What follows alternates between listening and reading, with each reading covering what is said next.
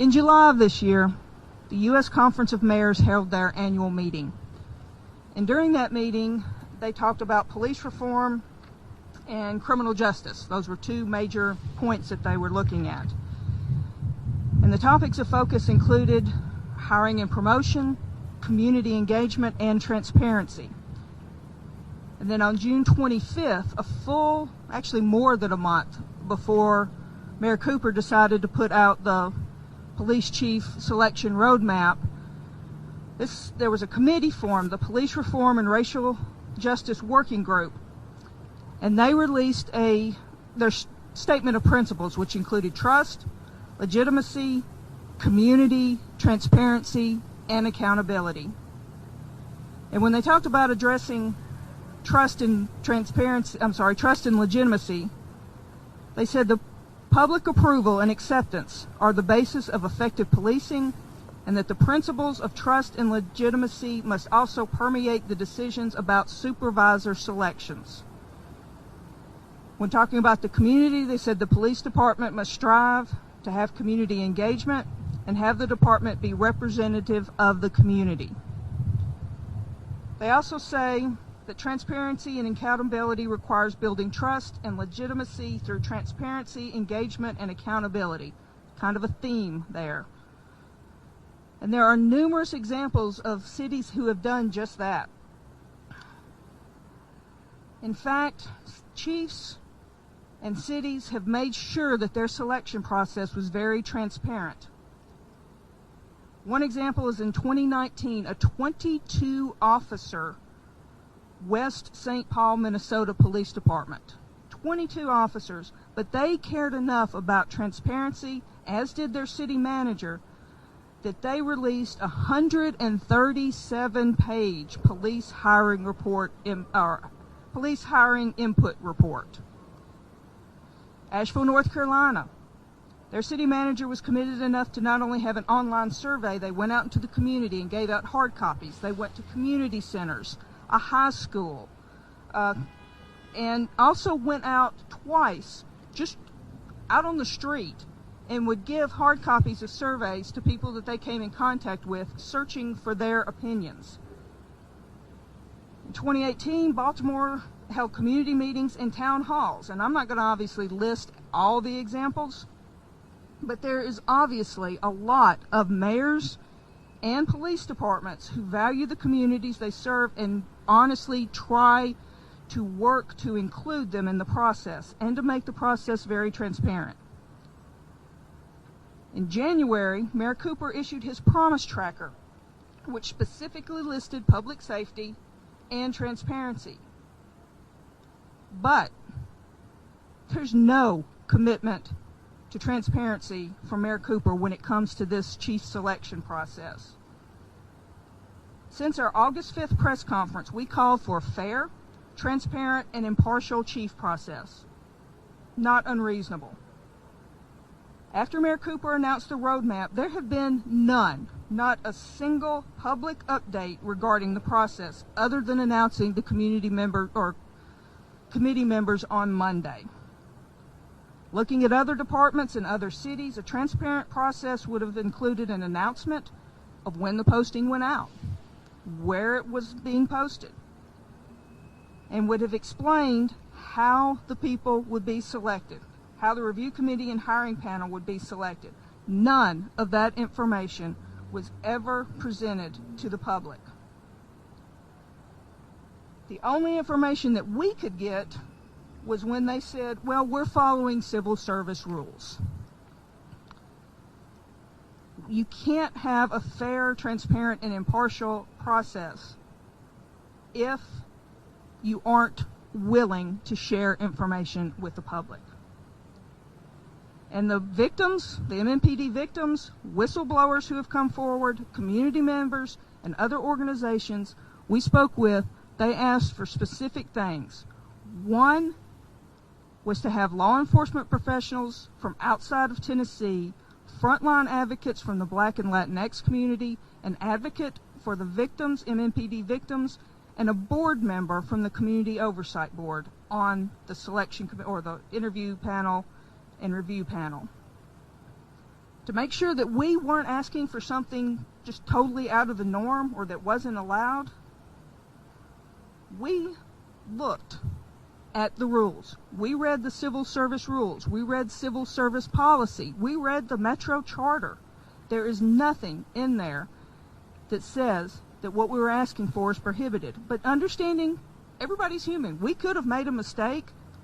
So we asked Mr. Bill Phillips if he could provide us with the civil service rule citations saying that this wasn't allowed. He gave us nothing. We posted 3 community surveys and received a total of 1,230 responses. And out of those, 84.9% said that they believe a member of the Cobb board should be included. 75.3% believe advocates from the Black and Latinx community should be included, and 75.8% believe advocates for the MMPD employees should be included.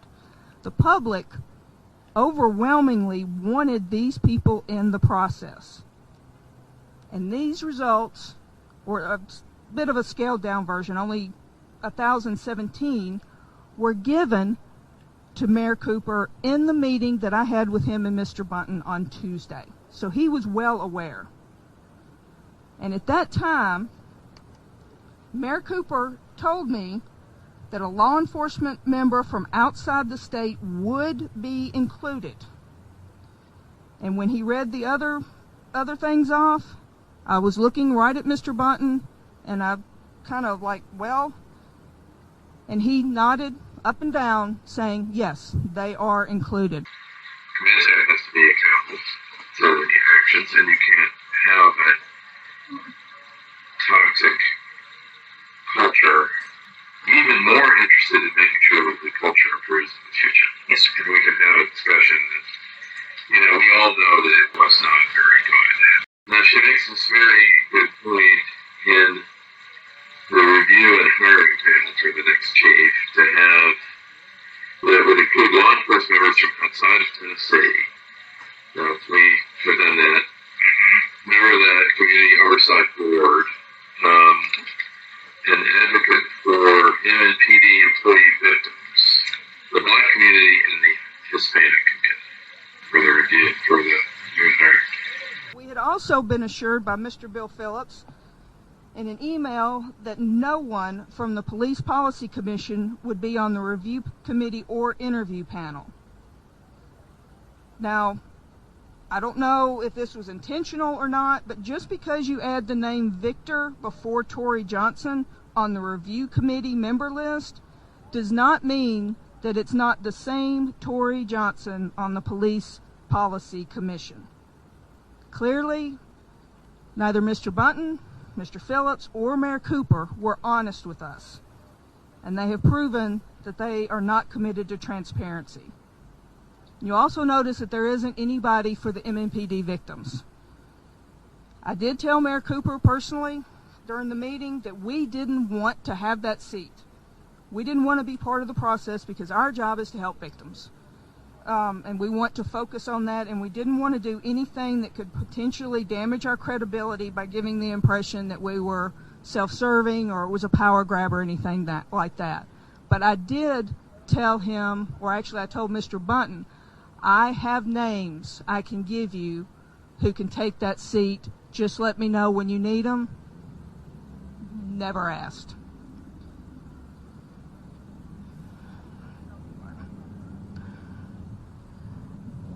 These people should not be left out of the process. These victims have seen firsthand the culture within the department. They have experienced the sexual violence, racism, gender, and racial discrimination, and the intimidation and retaliation firsthand. They have a front row seat. They know exactly what's going on in the department because they live it every day. And it's not reasonable to think that this isn't a public safety issue as well, because think of, if you're going to abuse your own people, what are you going to do to the general public? And it's critical that the victims' experiences and observations be represented and included in the process so the issues in the department can be addressed and the community can be reassured. During the press conference this morning, Mayor Cooper said he was hired to fix problems. He was given an excellent opportunity to fix a problem and put actions behind his words, but he's chosen not to.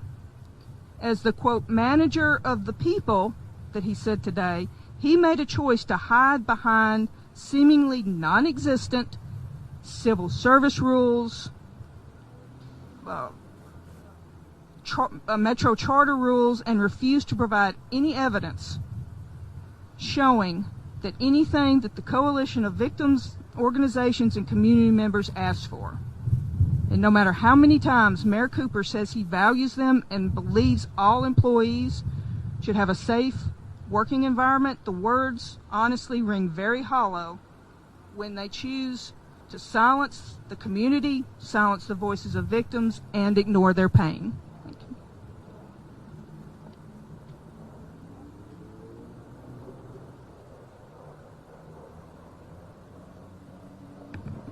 I'm Lisa Rock with Silent No Longer. We believe here at Silent No Longer that it's time for a leadership and regime change. And here are some of the reasons that we believe that that's a true statement. Interim Chief Drake has followed what the now 36 Metro Nashville Police Department victims have said is, quote unquote, standard operating procedure for what happens when they report. The victims get blamed, there's intimidation that goes on, and or retaliation. He recently tried to blame Silent No Longer for the bad press, saying that we were attacking the culture of the department. In recent weeks, we have seen an outside advocacy group attack the culture of the police department. I strongly disagree with their assertions. We are reporting what the victims and whistleblowers have told us. And we have learned through the victims and whistleblowers and their reports, and of course the allied investigations that we have conducted. Because not only do the victims have a right to be heard, but the public has a right to know what's going on with their police department. He said that there is a difference between, or no difference between, the reporting that they do when they can conclude an investigation and the reporting that we've done when we concluded our investigations and received the reports from the victims. In fact, the Interim Chief Drake says he does not agree with the assertions that we have shared about the toxic nature of the department, and his refusal to acknowledge the dire problems and criminal actions taking place within the walls of MMPD demonstrates to each of us here at Silent No Longer and to the public at large that he is not only unwilling to address that toxic culture that's eroding the sanctity of the department, he isn't even willing to acknowledge that it exists. And that the best effort he can possibly make in response to all these various serious issues being reported out is to hang up posters and create a 24/7 hotline so that people can report harassment and discrimination. You will soon be seeing posters with the caption, "Not on my watch." We are setting up a 24/7 telephone line to which any employee can report harassment, discrimination, or bias-based treatment of any kind. They're using the system in order to harass me and intimidate me and retaliate against me, but that's fine. I mean, yeah, they have the power. I don't have any, so it's like, they're continuing to harass me. The 36 victims came to us because they no longer trust or feel safe reporting within their own agency. And he appears to think that reporting over the telephone to the very people who in the past have failed to act or were complicit in allowing these actions to occur is the correct answer. But is it really? Is that the best way to keep victims safe when they report these crimes and blatant civil rights violations? Will a phone call actually make everything all better? I wonder if the public will buy that.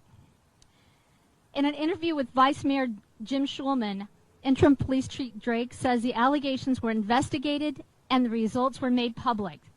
Obviously, we've had some allegations of sexual harassment tell us about what's going on?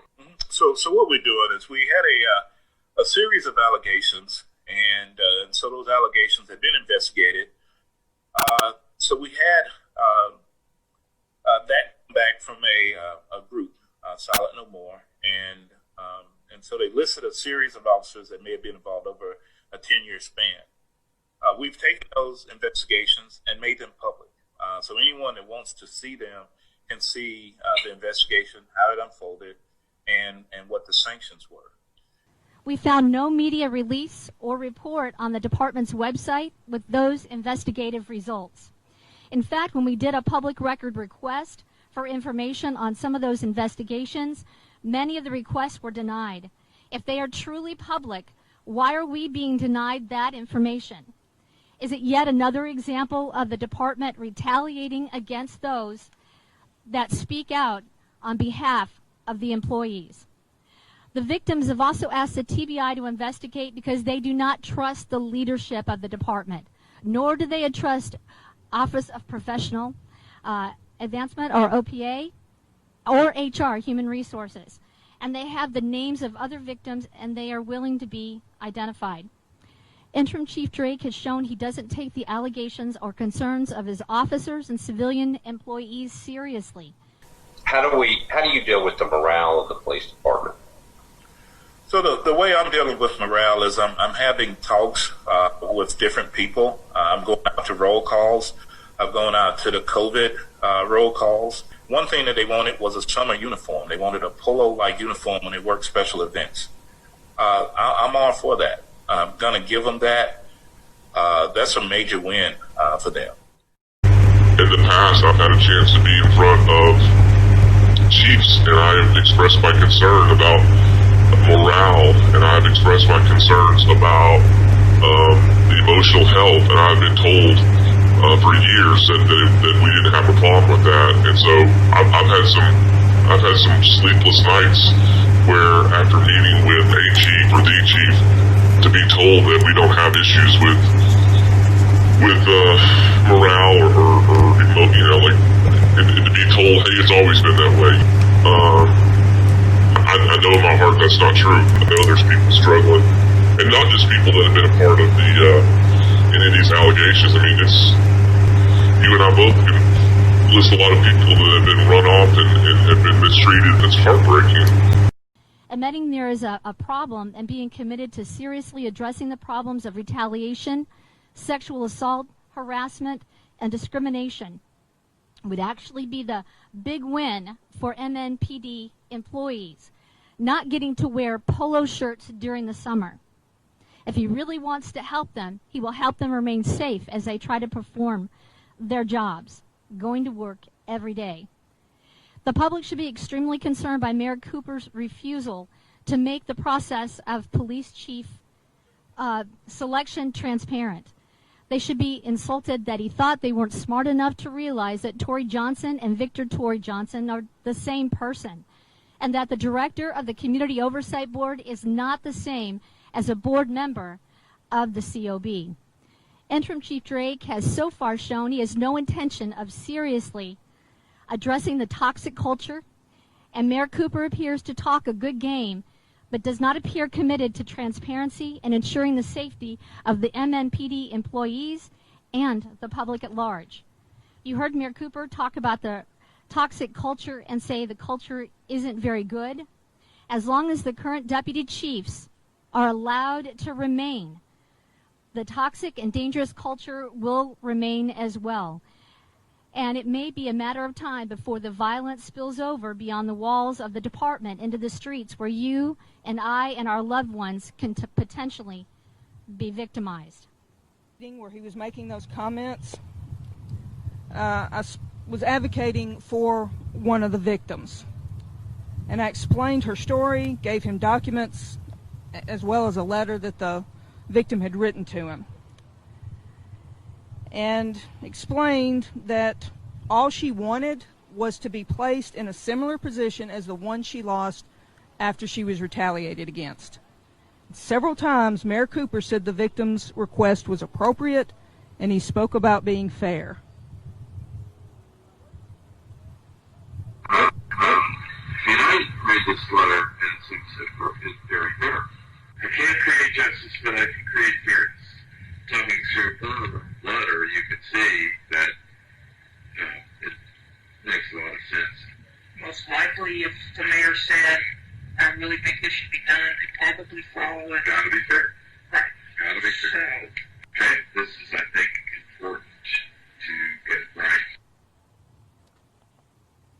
Important to get right.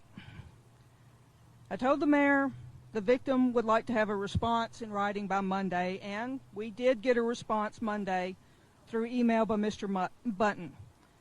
And that's when he stated that the Metro Charter prohibits the mayor from asking Interim Chief Drake to place the victim in a similar position as the one that she was put in after being, or the one that she had prior to being retaliated against. However, Section 5.01, 5.03, and 8.203, they give the mayor the authority and or stipulates that he can give the police department or the police chief a direct order.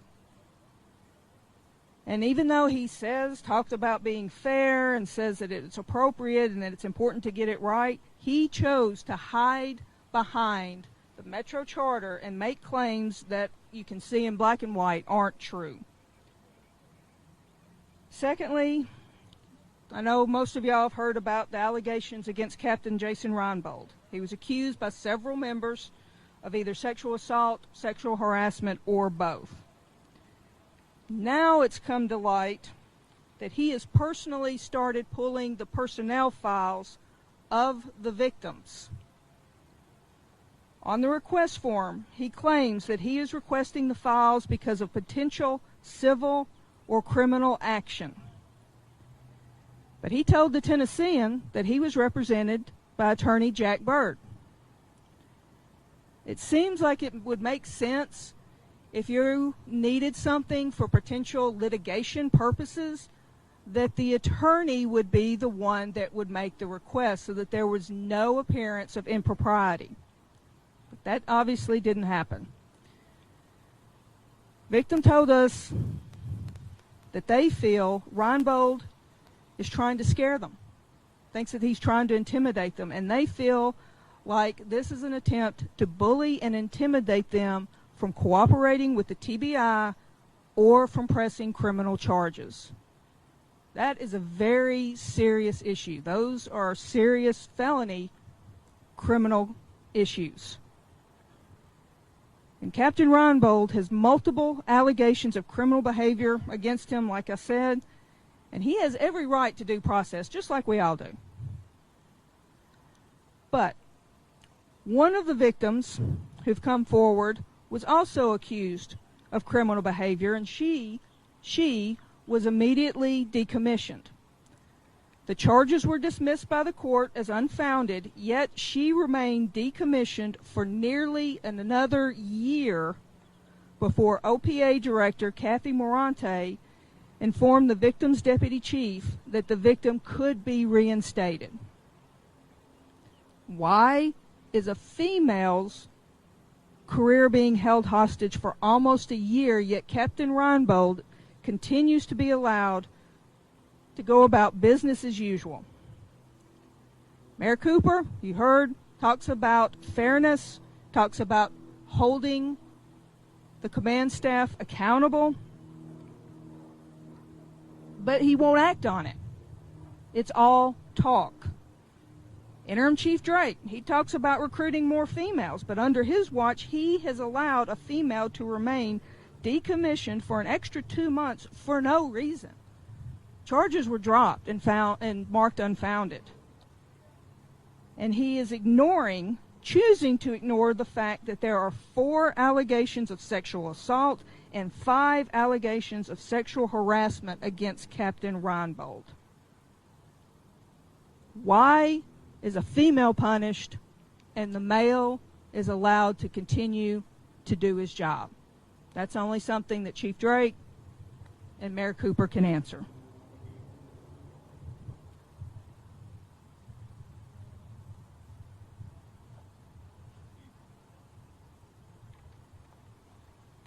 Good afternoon, everyone. Can you hear me okay? Okay, great. My name is Tricia Hersfeld, so I'll give you the spelling, TRICIAHERZFELD. So I'll start again. My name is Tricia Hersfeld. I'm an attorney in town. I'm with the law firm of Brandsitter, Stranch & Jennings, where I'm a partner. I've spent the better part of my career, the past roughly 20 years, representing victims of abuse, advocating for civil rights, free speech, discrimination, freedom from discrimination, and advocating for the rights of those who have been subject to sexual assault, sexual abuse, sexual harassment, and otherwise victimized at the hands of others. I am proud to be representing Silent No Longer Tennessee and to join with them in this fight to bring equality to the Metro Nashville Police Department. If you are a person out there who's experienced abuse, harassment, or retaliation at the hands of anyone within the police department, we encourage you to call and to reach out. This will be a safe, confidential place for you to tell your story, speak your truth, and seek legal help. You can contact Silent No Longer Tennessee. They will get you to me, the attorney that's representing them, and we will go forward to see what it is that we can do for you. We can protect your identity. You reach out to Silent No Longer Tennessee, or you can reach out to me directly, Tricia Hersfeld. I'm an attorney in town. My office telephone number is 615-254-8801. Call me, and we will see what we can do to help you. What we know so far is that dozens of brave officers have come forward because they want change within this police department.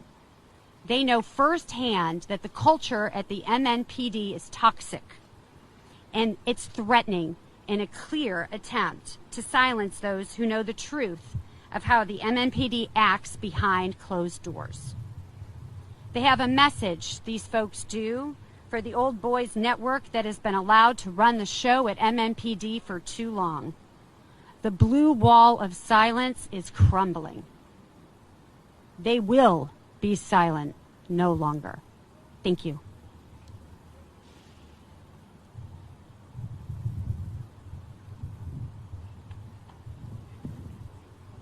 In closing, folks, it's important to remember that here at Silent No Longer, we did not actively seek out these victims. The initial 3 victims came to us looking for help. They were desperate to find safety, and they were unable to find it from their fellow officers, their department leadership, or safety nets like OPA and HR that exist for the purpose of helping and supporting the victims. They told us from the beginning that they just wanted to be treated fairly and justly. They wanted perpetrators to be held accountable, and they wanted to go to work every day not having to worry about being harassed, intimidated, or retaliated against. They wanted the police department to be run the way it should be and have the leadership act with honor and integrity. That really should have been a real easy ask. Mayor Cooper wants city government to service people. He can still accomplish this by granting the reasonable and appropriate request made by the coalitions of the MNPD victims, organizations, and community members supporting them. The only question that remains is, did he mean what he says? And will he be a true man of action? Will he be their hero, our hero? The victims should never have been forced to seek an outside volunteer advocacy group to find the help that they desperately needed. But the department leadership once again let them down and gave them no choice. You heard it from yourself that Interim Chief Drakes makes it clear that he doesn't believe that there's a problem within the department. The culture is just fine.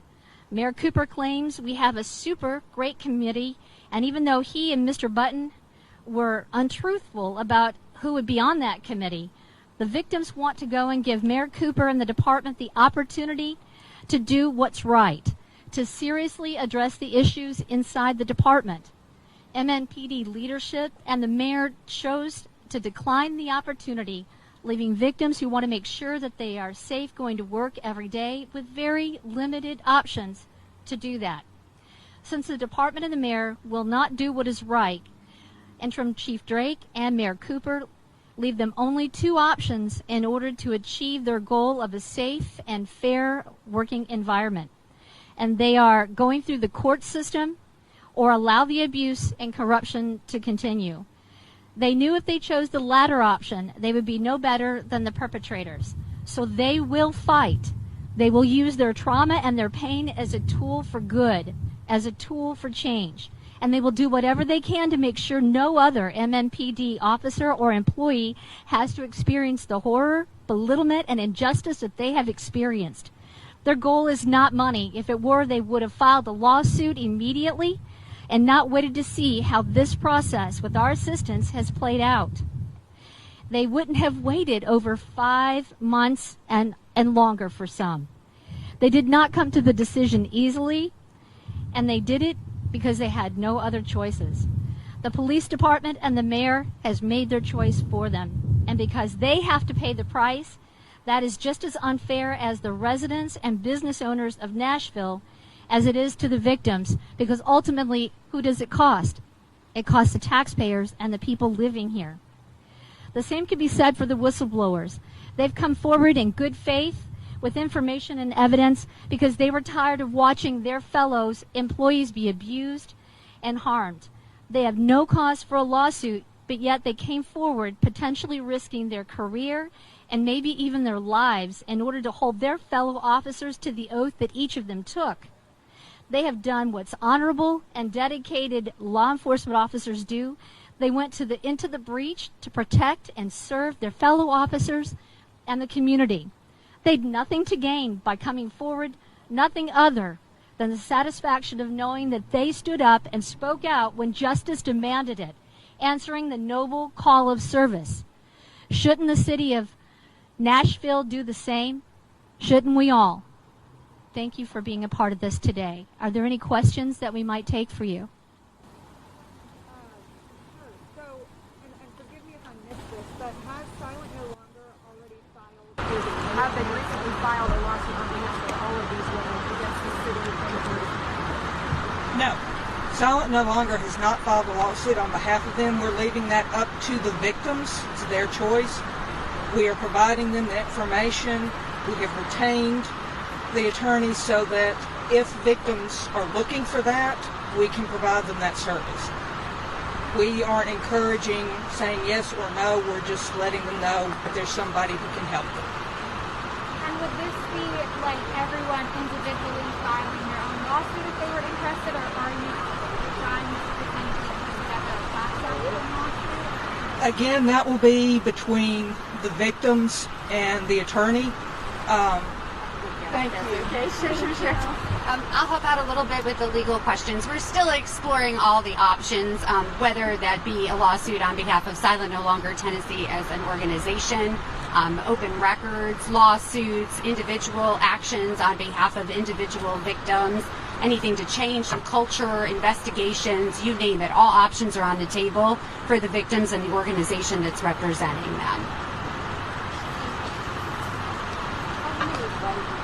Can you talk a little bit more about what your concerns are with the policing commission and the committee? Because I know one thing you brought up is that there isn't a member of the community oversight board, but there is a member on the policy commission. And then I guess I'm just wondering why you would be concerned that the director and NCO would be serving instead, given that we also served as a long time as a female and a black woman in law enforcement. And can you talk a little bit more about what you mean by having someone who would advocate for victims, given that Diane Master, head of the County Safety Center, is also serving on that committee? There's a lot of answers to all that. First, to answer your question, why we are concerned. If you look at the makeup of the committee, they are all insiders. They've all either worked for the department or for the city or closely with the city. It's hard to ensure impartiality if you have a relationship with people who may be applying. That's why we advocated for having people outside of Tennessee so that there wasn't any bias. It was based just on the merits of the candidates. So that's why we asked for that. Obviously, we're upset as well because we were told it would be someone from outside. I have a lot of respect for Chief Faulkner. I was on the department when she was here. She did excellent work. I'm not saying that she can't be impartial, but again, human nature, sometimes things get in your head that you don't even think about or realize. And again, we were told by the mayor that it would be somebody from outside. As far as Jill with Community Oversight Board, I have absolutely nothing against her. She is, from my interactions with her, a wonderful, wonderful woman who isn't afraid to speak her mind. The issue or the reason our coalition was asking for a board member is they're independent. Whereas she is it's a city department. She is a city employee. There is the potential, I'm not saying this would happen, but there is the potential if she didn't go along with what somebody wanted, she could be retaliated against. A board member who's independent wouldn't have that risk. A prime example of who would have been an excellent choice, Chief Emmett Turner. He's not on the board anymore. Well, okay. I'm sorry. I thought he still was. No. He just rotated off a few months ago. Okay. Yeah. Okay. My bad. Thank you. All right. And the other question was. I guess I'm just wondering because, I think the mayor's office is kind of taking a multi-tiered approach where they've put out a community survey and then they've got this much larger policing commission that has a pretty wide swath of people. Yes. And then it seems that they were trying to pick experts specifically for the review committee. So I guess I'm just wondering, do you feel that the policing policy commission is not being given enough power or doing enough given that that's a much more diverse group? From what I was told in the meeting on Tuesday, the police policy commission, their job is to basically come up with a blueprint to hand the next chief saying, do this. These are the policies, follow them. I think that's an excellent idea. I feel honored to, and Mayor Cooper even suggested this, and I thank him for that. I will be speaking to the commission on the 12th to make some recommendations about policies that I have come up with or I have found. But that said, their job is to write policy. There's a difference between writing policy and being a police officer. As far as our concern is, again, they're all insiders and we want it to be impartial. The commission can come up with the absolute best blueprint of all blueprints ever made in history. But if you have people in the department who aren't willing to follow policy, because they're obviously breaking policy now, then it doesn't matter. And that's the example that I gave to the mayor was a general. You can tell your troops to do whatever, but if they're not willing to do it, you don't get anywhere. So that's our concern, is if nothing changes, as Lisa spoke, with the exception of Deputy Chief Loki and Interim Chief Byrd, all of them have been there 10 years or more, I believe, or 8 years or more. They had to know that this was going on. I mean, obviously no upper level knows everything that's going on. They trust their people to take care of it. But you're going to, if you hear rumblings, if you hear talks about morale being down, most people are going to want to, well, what's going on? And start asking questions and trying to address it. They've never done that. They haven't done that for years. They've let it continue and continue to grow. Either that's exactly what happened, either they just didn't care what was happening and ignored it, or they weren't smart enough to see it. And either one is unacceptable. That's our concern, is that if we had a completely impartial, no city affiliation or couldn't be retaliated against, it makes it a much more fair process. So I hope that answered your question.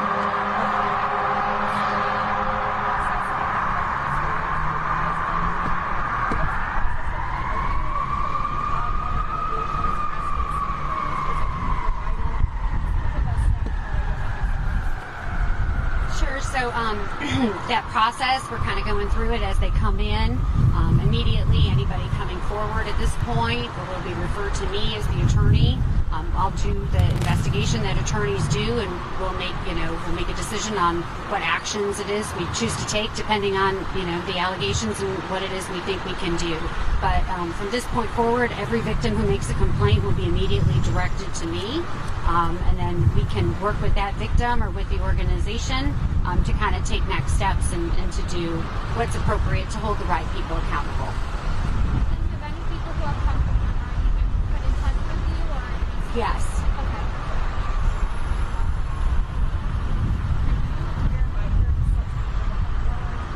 36 at this point. Yes, I believe it's 36, and I think the numbers keep going up. So I would expect that we will hear from more.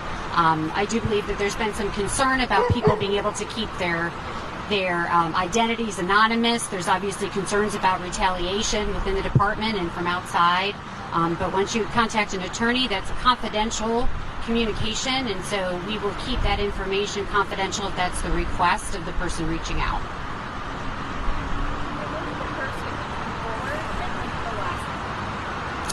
That's all really good information to have. I believe a lot of things have been outlined in the previous report, but at this point I don't have those specifics.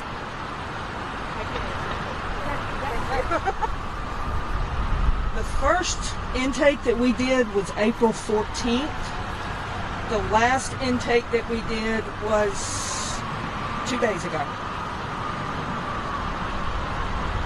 And are you including survey results in those numbers, or have all these people been on the phone with in that way?